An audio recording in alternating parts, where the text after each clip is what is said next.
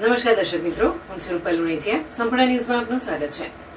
ઉનાળાની કાળઝાળ ગરમીમાં પણ પરબોમાં પાણી નથી. તંત્રએ કહ્યું તપાસ કરી નળ કનેક્શન અપાશે. સરકાર દ્વારા વિવિધ ગ્રાન્ટ મંજૂર કરી દરેક ગામોમાં લાખો રૂપિયાના ખર્ચે પાણીની પરબો બનાવવામાં આવે છે, પરંતુ વર્તમાન સમયે આ પાણીની પરબો શોભાના ગાંઠિયા સમાન છે.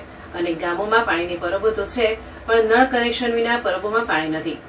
ઉનાળાના સમયે અને 45 ડિગ્રી તાપમાન વચ્ચે ગ્રામીણ વિસ્તારમાં સૌથી વધુ પાણીની સમસ્યા છે, જેમાં 2020 થી 2022ની સાલમાં વિવિધ ગ્રાન્ટ મંજૂર કરી બનાવેલ પાણીની પરબોની હાલત શોભાના ગાંઠિયા સમાન દેખાઈ રહી છે.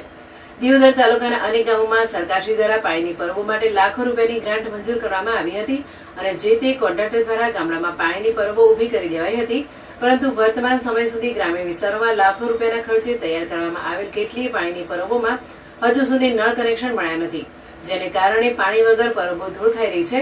એક બાજુ સરકારની યોજનામાં સ્મશાન ભૂમિ ગામમાં અનેક સ્થળો પર લોકોને પાણી મળી રહે તે હેતુસર આ પાણીની પરબો બનાવી છે, પરંતુ ગ્રામ પંચાયત દ્વારા પાણીના નળ કનેક્શન ન અપાતા પાણીની પરબો સુમસામ ભાસી રહી છે.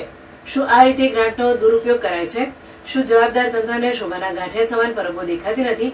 તેવા અનેક પ્રશ્નો ઉઠ્યા છે.